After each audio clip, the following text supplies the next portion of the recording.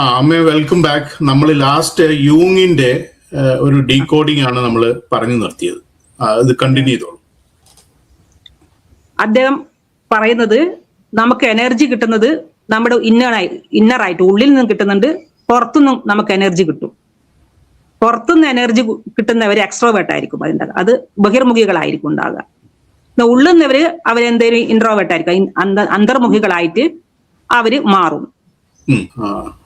പക്ഷെ അദ്ദേഹത്തിന്റെ ബുക്ക് എനിക്ക് വായിക്കാൻ കിട്ടിയിട്ടില്ല. അതിന് കിട്ടുമായിരിക്കും, എല്ലാ ആകസ്മികമായിട്ട് എന്നിൽ എത്തിച്ചേരുകയാണ് ചെയ്യുക. ഞാനൊന്നും പോയി നമുക്ക് എനർജി കിട്ടുക എന്ന് പറയുന്നത് ഈതറിക് എനർജി ആണോ അതോ പ്രാപഞ്ചികമായിട്ടുള്ള എനർജി ആണോ? എന്ത് പ്രാപഞ്ചികമാണ്. പക്ഷെ അതിന്റെ ബുക്ക് എനിക്ക് കിട്ടിയില്ല വായിക്കാൻ, പിന്നെ കൂടുതൽ അറിയാൻ.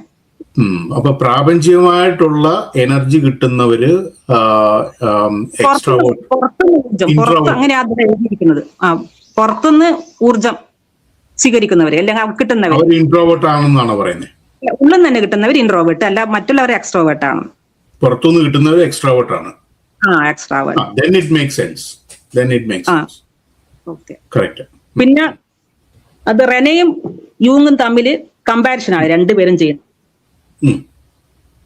റെനെ ഇതെല്ലാം ക്വാണ്ടിറ്റി ഓഫ് പേഴ്സണാലിറ്റി ആണ് അദ്ദേഹം എടുത്തത് ഈ കാർട്ടീഷ്യൻ കൊണ്ട്. ക്വാണ്ടിറ്റി ഓഫ് പേഴ്സണാലിറ്റി ആണ്. പക്ഷെ യൂങ് എടുത്തിരിക്കുന്നത് ക്വാളിറ്റി ആണ്, ക്വാളിറ്റി ഓഫ് പേഴ്സൺ ആണ്. അതാണ് രണ്ടുപേരും ഈ കാർട്ടീഷ്യൻ കൊണ്ട് ഉദ്ദേശിച്ചത്. അപ്പൊ ഈ ക്വാണ്ടിറ്റി ഓഫ് പേഴ്സൺ എങ്ങനെയാണ് നമ്മളത് ഡിസ്ക്രൈബ് ചെയ്യുന്നത്? Quantity of person is A number of person. Number കൊണ്ട് നമുക്കത് ഇപ്പൊ ഇത്ര പോസിറ്റീവ് വണ്ണ് ചിന്തിച്ച് അതില് ഈ കാർട്ടീഷ്യനകത്ത് സെൻട്രൽ ഒറിജിൻ 0 ഉണ്ടല്ലോ, അതെനിക്ക് വേറെ ഇതുപോലെ ഒരു യൂട്യൂബിൽ നിന്ന് കിട്ടിയതാണ്. പിന്നെ ബൈ ദ വൈ ഈ ഗോപിമണി സാറാണ് എന്നോട് പറഞ്ഞത്, നിങ്ങള് ഇങ്ങനെ യൂട്യൂബിൽ ഇങ്ങനെ ചാനൽ കാണുന്നത് VMC കാണാനാണ് എന്നോട് പറഞ്ഞത്. പക്ഷെ എനിക്കത് കിട്ടിയില്ല. എനിക്ക് ഫസ്റ്റ് യൂട്യൂബ് തുറന്നപ്പം കിട്ടിയത് ESP ആണ്. ESP ചാനലാണ് കിട്ടിയത്. ESP എന്ന് പറഞ്ഞ ഒരു ഇതേപോലെ തന്നെ ഒരു ചാനൽ ഞാൻ പോഡ്കാസ്റ്റ് ചെയ്തിട്ടുണ്ട്, രണ്ടുപേരെയും പോഡ്കാസ്റ്റ് ചെയ്തിട്ടുണ്ട്. ചെയ്തിട്ടുണ്ട്. പക്ഷെ VMC എനിക്ക് ഇത് കിട്ടിയില്ല. ഇപ്പൊ ലാസ്റ്റ് ഒരു 2 ദിവസം മുമ്പാ കിട്ടിയത്. പക്ഷെ അത് ഞാൻ ഫോളോ ചെയ്തിട്ടില്ല. അപ്പൊ ESP കിട്ടി. അതിനുശേഷം അബാക്ക് കിട്ടി. മൂന്നാമതാണ് സാറിനെ കിട്ടുന്നത്, അത് ജിനുജിനെ കിട്ടുന്നത്. അതിനുശേഷം ഇതിങ്ങനെ തുടർച്ചയായിട്ട് ഫോളോ ചെയ്യുന്നത്. സാറാണ് പറഞ്ഞത് കാണാൻ വേണ്ടിയിട്ട്. അപ്പൊ ഇത് എങ്ങനെയാണ് ഇതിന്റെ നെക്സ്റ്റ് ഫേസ് എങ്ങനെയാണ് യൂങ്ങിന്റെ? യൂങ് ഈ പറഞ്ഞിരിക്കുന്നത് ഞാനിത് ക്വാളിറ്റി ആണ്, പക്ഷെ റെനെ പറഞ്ഞത് ഞാൻ ക്വാണ്ടിറ്റി ഓഫ് പേഴ്സൺ ആണ് ഈ ഗ്രാഫിലൂടെ പ്രതിപാദിക്കുന്നത്. യൂങ് ഇതിനെ മനുഷ്യന്റെ, അത് എല്ലാ മനുഷ്യന്റെയും ക്വാളിറ്റി, ഓരോ പേഴ്സന്റെയും ക്വാളിറ്റി ആണ് ഇതിലൂടെ പറയുന്നത്. അദ്ദേഹം പറയുന്നത് ഇതില് ഈ എക്സ് ആക്സിസ് ഓരോ മനുഷ്യന്റെ പ്രവർത്തനങ്ങള്, ഫങ്ഷൻസ് ഉണ്ടാവും. അതേപോലെ തന്നെ ഈ ഓരോ ഫങ്ഷൻസും ഓരോ തലത്തില് ഓരോരുത്തരും ചിന്തകൾ, ഫീലിംഗ്. ഇപ്പൊ തിങ്കിങ്ങും ഫീലിംഗ് ഉള്ളവർ റാഷണൽ ആയിരിക്കും. തിങ്കിങ്ങും ഫീലിംഗും ചെയ്യുന്നവര് റാഷണലിസ്റ്റ് ആയിരിക്കും, റാഷണൽ ആയിട്ടുള്ള വ്യക്തികളായിരിക്കും. അതിൽ സെൻസേഷനും ഇൻറ്റ്യൂഷനും ഉള്ളവര് ഇറാഷണൽ ആയിട്ടാണ്, അത് മറ്റുള്ളവർക്ക് ഇറാഷണൽ ആയി തോന്നും, സമൂഹത്തിന് ഇറാഷണൽ ആയിട്ട് തോന്നും. അതുകൊണ്ടാണ് ഈ സ്പിരിച്വൽ ആയിട്ടുള്ള ആൾക്കാരെ അക്സെപ്റ്റ് ചെയ്യാത്തത് സമൂഹം. അതെ അങ്ങനെയാണ് ഉണ്ടാകുക. അപ്പൊ ഓരോ പേഴ്സൺ എന്ത് ചെയ്യും, അവർ ഓരോന്നിനും ഇൻട്രോവേർട്ട് ആയിട്ട് വെച്ചാൽ എക്സ്ട്രോവേർട്ട് ആയിട്ട് അതിലേക്ക് ചായയാണ് ചെയ്തിട്ട് ഏത് മനോഭാവമാണ് അവർക്ക് കിട്ടിയിരിക്കുന്നത്, ഏതേതരം എനർജിയാണോ കിട്ടിയിരിക്കുന്നത് അതനുസരിച്ച് അവർ അതിലേക്ക് ആ ചായയാണ് ലീൻസ് എന്നാണ് അദ്ദേഹം പറഞ്ഞിരിക്കുന്നത്, അതിലേക്ക് ചായയാണ് ചെയ്യുക. ഓക്കെ. അപ്പൊ അമ്മയ്ക്ക് ഇതൊരു ഡയഗ്രാം റെപ്രസെന്റേഷൻ ആയിട്ട് പൊളാരിറ്റിയും ഇൻഫിനിറ്റ് ആക്സിസും എന്റെ ഭാഷയിൽ പറയുവാണെന്നുണ്ടെങ്കിൽ ശേഷനാഗവും ഒക്കെ ആയിട്ട് അമ്മയ്ക്ക് ഒരു പാക്കേജ് ആയിട്ട് ഇത് സ്വപ്നത്തിൽ വരികയാണ് ചെയ്തത്. എന്നിട്ട് അമ്മ ഇത് പോയി അതിനെപ്പറ്റി റിസർച്ച് ചെയ്തു. അങ്ങനെയാണ് യൂങ്ങിനെയും ഇതൊക്കെ കണ്ടുപിടിക്കുന്നത് അല്ലേ? അങ്ങനെ ഡീകോഡ് ചെയ്തായിരുന്നു. മനസ്സിലായി. ഇനി ഡെസ്കാർട്ടിലേക്ക് വന്നാല് അദ്ദേഹത്തിന്റെ 4 മണ്ഡലങ്ങളുണ്ടല്ലോ, 4 പ്ലോട്ട്. അതിൽ പോസിറ്റീവ് അങ്ങനെ എപ്പോഴും അത് സത്യയുഗം എന്ന് ഞാൻ പേരിട്ടു. പിന്നെ അതിനുശേഷം അത് ക്ലോക്ക് വൈസ് ആയിട്ട് വന്നാല് പോസിറ്റീവ് നെഗറ്റീവ് ഇത് ത്രേതായുഗം. പിന്നെ നെഗറ്റീവ് ദ്വാപരയുഗം. പിന്നെ പോസിറ്റീവ് നെഗറ്റീവിലേക്ക് വരുമ്പോൾ കലിയുഗത്തിലേക്ക് വന്നു. 4 എണ്ണമായി. 4 എണ്ണം. അതിനുശേഷം പക്ഷെ തസ്മി ഗുരുജീനെ കുറിച്ച് പറഞ്ഞു, അങ്ങനെ സത്യയുഗം എന്ന് പറയുന്നത് ശൈശവകാലമാണെന്ന്. നമ്മുടെ കുട്ടിക്കാലം, അത് ശൈശവകാലം. വേൾഡിന് ഒരു എവല്യൂഷൻ ഉണ്ട്. അതെ. നമ്മള് എവല്യൂഷൻ ചെയ്യുന്ന പോലെ, ഹ്യൂമൻസ് എവല്യൂഷൻ ചെയ്യുന്ന പോലെ, അല്ലെ സോൾസ് എവല്യൂഷൻ ചെയ്യുന്ന പോലെ ഈ യൂണിവേഴ്സ് എവല്യൂട്ട് ചെയ്തുകൊണ്ടിരിക്കുകയാണ്. അതാണ് തസ്മൈ ഗുരുജി പറയുന്നത് ഒരു ശൈശവമാണെന്ന് പറയുന്നത്. ശൈശവമാണെന്ന്. അങ്ങനെ ഓരോ ഇതില് തുടർന്നു. ഇൻട്രസ്റ്റിംഗ്. ത്രേതായുഗം കൗമാര കാലഘട്ടം. പിന്നെ ദ്വാപരയുഗം യൗവന കാലഘട്ടം. പിന്നെ കലിയുഗം വാർദ്ധക്യം. അപ്പൊ ആ കാലചക്രം കഴിഞ്ഞു. പിന്നെ അത് അങ്ങനെ തുടർന്നുകൊണ്ടേയിരിക്കും. പക്ഷെ ഇതെല്ലാം ഉത്തരം കിട്ടിയതിനു ശേഷം അത് പിന്നെ എനിക്ക് സ്വപ്നം കാണാറില്ല. പിന്നെ വേറെ ഏതെങ്കിലും ആയിരിക്കും. പിന്നെ അത് കഴിഞ്ഞിട്ട് എന്താണ് അതിനുശേഷം കിട്ടിയ ജിനോജിക്ക് അയച്ച പിന്നെ ഉണ്ടല്ലോ ഇതിന്റെ ഈ വികസിക്കുന്ന ലോകം എന്നുള്ളതായി വികസിച്ചുകൊണ്ടിരിക്കുന്ന പ്രപഞ്ചം ഞാൻ പതിവായിട്ട് കാണുന്ന ഈ ഡാർക്കും വൈറ്റും അതിന് ഇതുപോലെ തന്നെ നമ്മുടെ ഒരു പോലെ കണ്ടപ്പോഴ് അതിൽ ഇതേപോലെ തന്നെ, പക്ഷെ അത് ഇത് പിന്നെ ഈ പാറ്റേൺ, അതായത് നമ്മുടെ ഹോക്കിൻസിന്റെ സ്റ്റീഫൻ ഹോക്കിൻസിന്റെ ഡിസൈൻ ഉണ്ടല്ലോ, അതിനിടെ ഞാൻ കണ്ട അതേ ഫിഗർ അതിൽ കാണിച്ചു അദ്ദേഹം. സ്റ്റീഫൻ ഹോക്കിൻസിന്റെ ഏത് ഡിസൈൻ? നമ്മുടെ പ്രപഞ്ചത്തിന്റെ അതിന്റെ പേരെന്തായിരുന്നു? അദ്ദേഹത്തിന് ഒരു പുസ്തകമുണ്ട് അതിന്റെ തന്നെ അങ്ങനെയുള്ളത്. അത് പ്രപഞ്ചത്തിനെ ഡിസൈൻ ചെയ്ത് ഒരു ബുക്കിന്റെ പേര് ഓർമ്മ കിട്ടുന്നില്ല. ഞാനൊന്ന് ചെക്ക് ചെയ്യാം. ഹോൾഡ് ചെയ്തു. ഗ്രാൻഡ് ഡിസൈൻ ഓഫ് യൂണിവേഴ്സ് അല്ലേ? അതെ. അതിനകത്ത് പരാമർശിച്ചിട്ടുണ്ട് ഇത്. അതിനെ കുറിച്ചിട്ട്. എന്നിട്ട്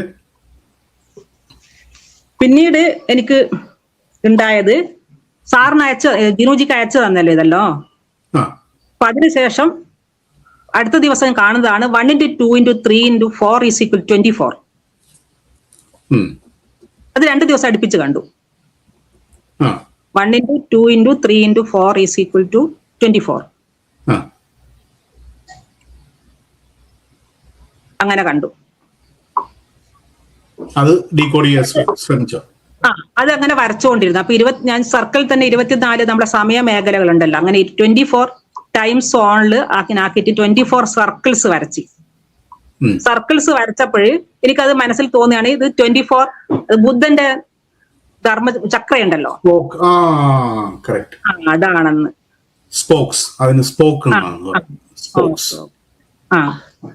അപ്പൊ അത് ഫുള്ളായിട്ട് ഇങ്ങനെ വരക്കുമ്പോഴേ നമുക്ക് ഓരോ ഗോളാകൃതിയിലുള്ള ഗ്രഹങ്ങളുടെ രൂപം കിട്ടും. ഗോളാകൃതിയിലാണ് ഉണ്ടാകുന്നത്. നല്ല രസം ഉണ്ടാവും അത് വരച്ച് കാണിച്ചാൽ. എനിക്ക് പേഴ്സണലി 24 ഒരു ഫേവറേറ്റ് നമ്പറും കൂടെ.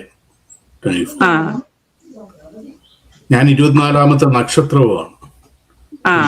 നക്ഷത്രവും കൂടെ എന്റെ നക്ഷത്രം.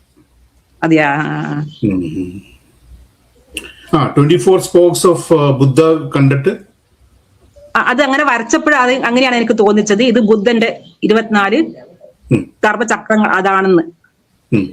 പിന്നീട് അതിന് ശേഷം കണ്ടതാണ് ഇനിയിപ്പോ അടുപ്പിച്ച് 2-3 ദിവസമായിട്ട് കാണുന്നത്. അദ്ദേഹം വരച്ചിട്ടുണ്ടായിരുന്നു 2 സർക്കിൾസ് തന്നെ. അതിൽ കുറെ എയറോസ് സർക്കിളിലേക്ക് വണ്ടി ഇടിക്കുകയാണ്. അതിൽ അല്പം കുറച്ച് ഗ്യാപ്പ്. 2 സർക്കിളിൽ തന്നെ എയറോസ് വന്ന് വീഴുക, അമ്പുകൾ അതിൽ ചെറിയൊരു ഗ്യാപ്പ് ഉണ്ട്. ആ ഗ്യാപ്പില് എയറോസ് ഒന്നും ഇല്ല. 2 സർക്കിള് ജോയിന്റ് സർക്കിൾ ആണ്. അപ്പൊ ഈ 2 ആരോസ് ഡിഫറെന്റ് ആരോസ് ആണ്. കുറെ 2 ഡിഫറെന്റ് സർക്കിള് അത് കോൺസെൻട്രേറ്റ് ആയിട്ട് ഒരേ സെന്ററിലെ 2 സർക്കിള്. പക്ഷെ അതിലേക്ക് അമ്പുകൾ ഇങ്ങനെ വന്ന് വീഴുന്നു. അതിൽ ഒരു ചെറിയൊരു ഗ്യാപ്പിൽ അമ്പുകളില്ല. അതെന്താണ്? അതിന്റെ മുന്നേ അത് രാവിലെയാണ് കണ്ടത്. കഴിഞ്ഞ ഞായറാഴ്ച കണ്ടത്. അപ്പൊ അതിനെക്കുറിച്ച് ഇവിടെ ഈ ഇതിനെ ഉള്ള എഗെയിൻസ്റ്റ് ആയിട്ട് എനിക്ക് കുറെ അനുഭവങ്ങൾ ഉണ്ടായി. അത് എനിക്കൊരു പിടി കിട്ടുന്നില്ല എന്താണ് ശരി.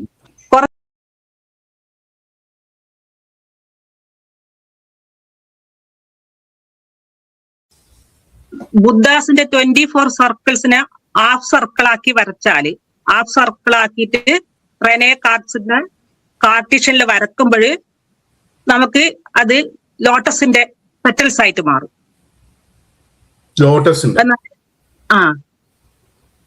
താമരയുടെ രൂപം കിട്ടും നമുക്ക് ഹാഫ് സർക്കിളാക്കി വരക്കുമ്പോൾ.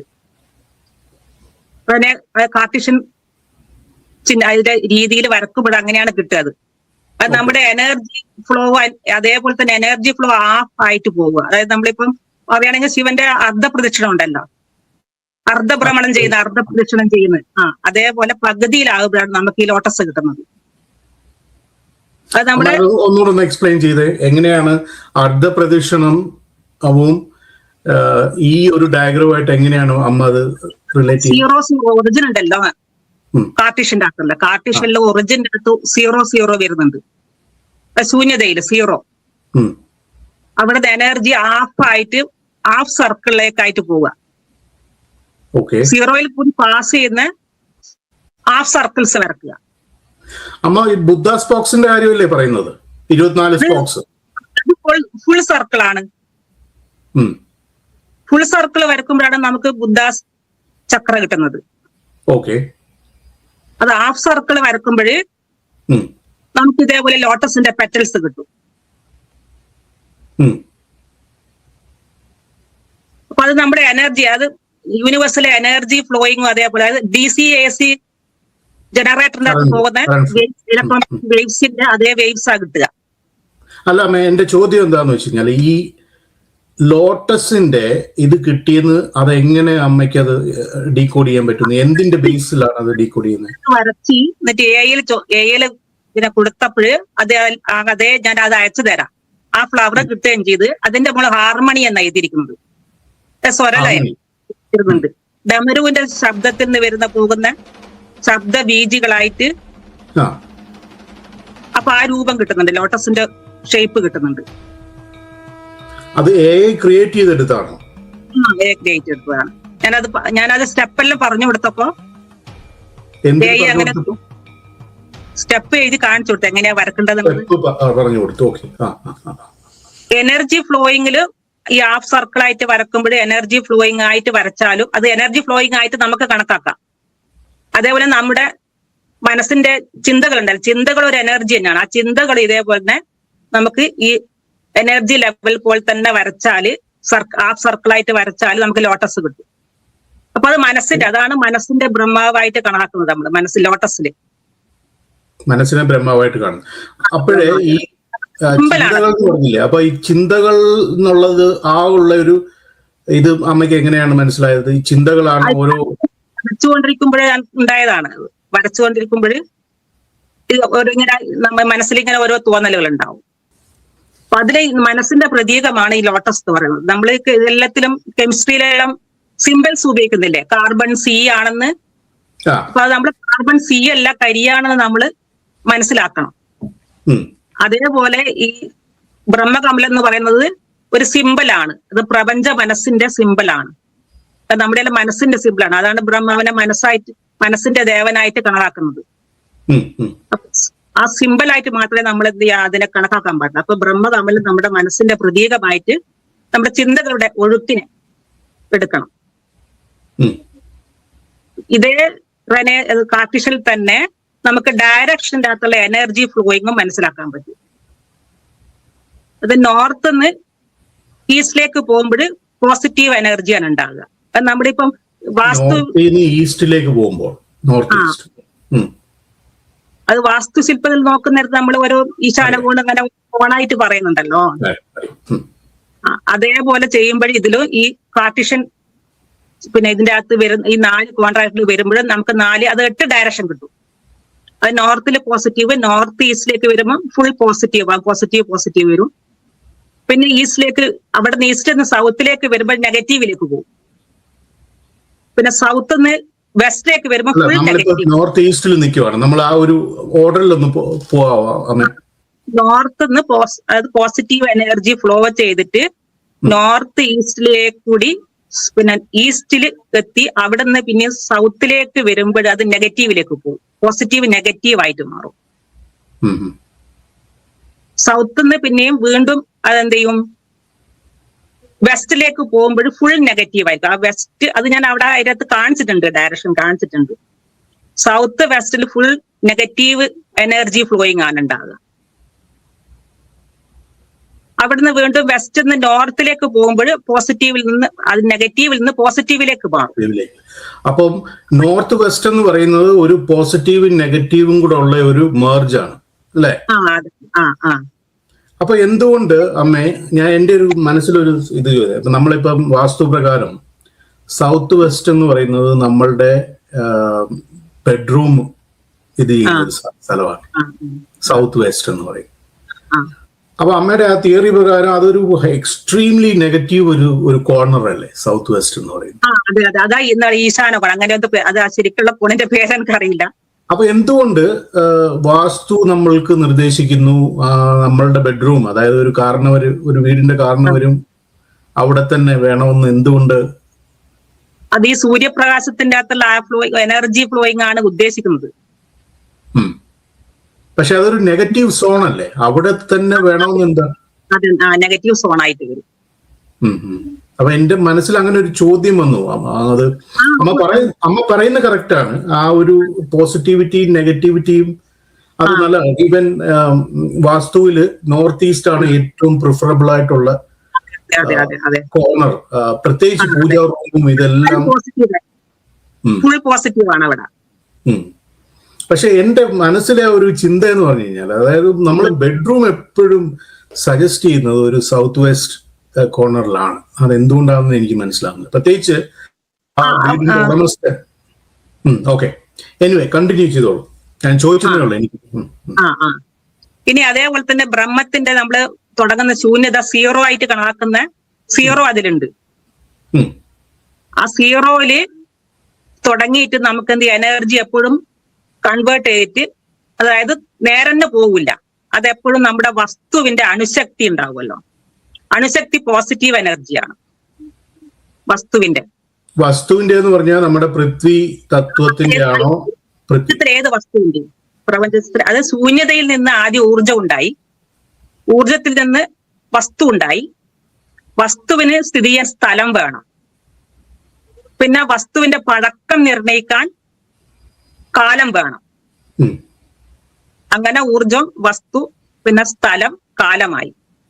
ആ കാലത്തിനനുസരിച്ച് ഊർജം ഡെവലപ്പ് ചെയ്യുകയും ചെയ്യുന്നുണ്ട് ഇല്ലേ? ഊർജം അവിടെ ഒരു വ്യതിയാനം വരുന്നുണ്ട് കാലത്തിനനുസരിച്ച്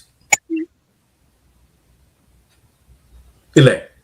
അതെ വരുന്നുണ്ട്. ഞാനൊരു എക്സാമ്പിൾ പറഞ്ഞു കഴിഞ്ഞാൽ, നമ്മളിപ്പോ ഒരു കല്ലിനെ ആണെങ്കിലും അത് കുറെ നാളാ നമ്മൾ ആരാധിച്ചുകൊണ്ടിരിക്കുമ്പോൾ അതിനൊരു ഊർജം ഡെവലപ്പ് ചെയ്യില്ലേ?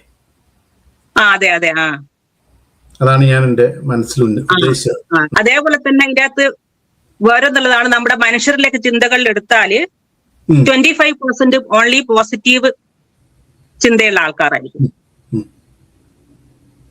പിന്നെ ഒരു 25% എടുത്താല് പോസിറ്റീവ് ചിന്തിച്ച് പിന്നെ നെഗറ്റീവിലേക്ക് പോകുന്നവരായിരിക്കും. പിന്നെ 25% ഫുൾ നെഗറ്റീവ് തോട്ടിലേക്ക് പോകുന്നവരായിരിക്കും. പിന്നെ അവിടത്തേക്ക് പിന്നെ വരുന്നത് 25% നെഗറ്റീവ് ചിന്തിച്ച് പോസിറ്റീവിലേക്ക് വരും. നമ്മുടെ മൈൻഡ് എപ്പോഴും അങ്ങനെ തന്നെയാണ് പോയിക്കൊണ്ടേയിരിക്കുക. ഈ രീതിയിൽ പോസിറ്റീവ് ഫുൾ ചില സമയം നമുക്ക് ഒരു 24 മണിക്കൂർ എടുത്താൽ, ഒരു ദിവസം എടുത്താൽ നമ്മൾ ഫുൾ പോസിറ്റീവ് മാത്രം ചിന്തിക്കുന്ന ടൈം ഉണ്ടാവും. പിന്നെ അവിടെ നമ്മൾ പോസിറ്റീവ് നെഗറ്റീവിലേക്ക് പോകും. പിന്നെ നെഗറ്റീവ് മാത്രം ചിലപ്പം നമുക്ക് തോട്ട്സ് ഉണ്ടാവും. പിന്നെ അവിടെ നെഗറ്റീവ് പോസിറ്റീവിലേക്ക് തോട്ട്സ് വരും. അത് റെനെ കാർസിലെ ആ 4 കോൺട്രാക്റ്റിൽ നമുക്ക് ഇതേപോലെ വ്യക്തികളുടെ പേഴ്സണാലിറ്റിയിൽ നമുക്ക് അതായത് ചിന്തകളെ നമുക്ക് ഇങ്ങനെ തരംതിരിക്കാം. ഇതും അമ്മയ്ക്ക് ഏത് ഈ ഡയഗ്രാം വഴിയാണ്? ഡയഗ്രാം അത് വരച്ചുകൊണ്ടിരിക്കുമ്പോഴേക്കും നമ്മുടെ മൈൻഡിലേക്ക് ഇങ്ങനെ വന്നുകൊണ്ടേയിരിക്കും. അപ്പൊ പിന്നെ കൂടുതൽ ഇങ്ങനെ വരച്ചുകൊണ്ടേയിരിക്കുമ്പോ ഇങ്ങനെ പുതിയ ഐഡിയാസ് ഇങ്ങനെ തോന്നും. അപ്പം ഡ്രീം അല്ല, ഓട്ടോ റൈറ്റിംഗ് ആണത്.